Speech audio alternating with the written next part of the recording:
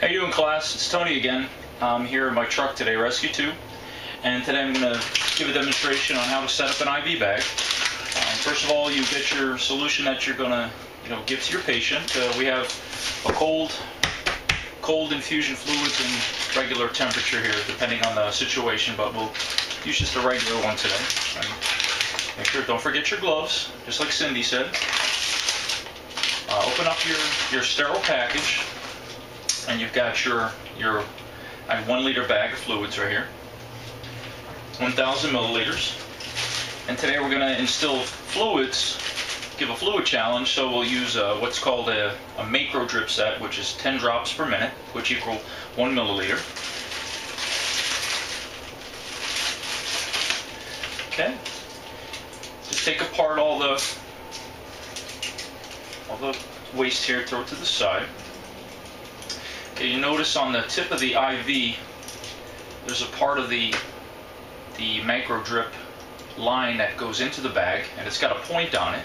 And of course that's protected because you can pierce yourself with this, so use caution. You take off the protective cover, which keeps everything sterile.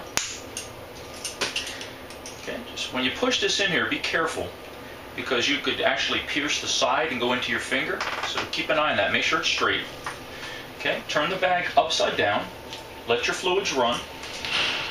You want to purge all the air from the system, and we'll purge the air from the system, okay, until we have a clear line with no air in it.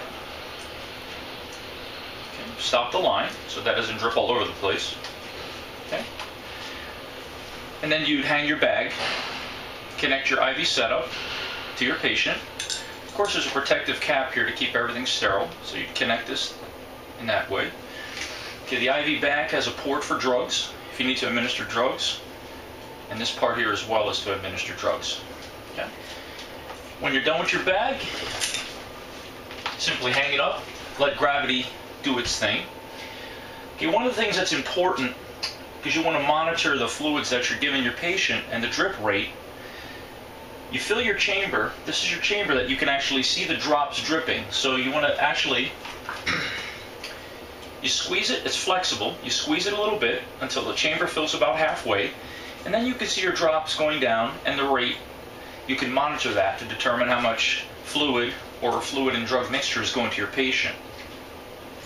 And there's also a port on the bag here to administer drugs into the bag, if that's what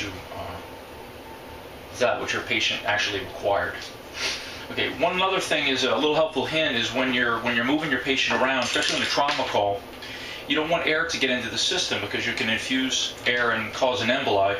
So what you do is you actually you fill up the chamber all the way up to the top, you squeeze it, and what it does is it expels the air into the bag and fills the chamber with nothing but fluid. And then it doesn't matter the way you turn your bag, you're not going to get air in the chamber and thus into the patient.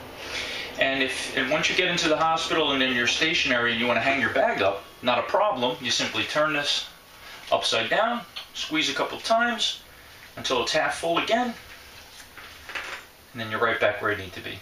That's it in a nutshell about IV setups. And we'll hang our bag up here and we'll get ready for our next call. This is our bag that we'll use for our, well, maybe we don't need it, but we'll have it ready for our patient for our next call. Okay? All right, we'll see you again next week. Thanks a lot.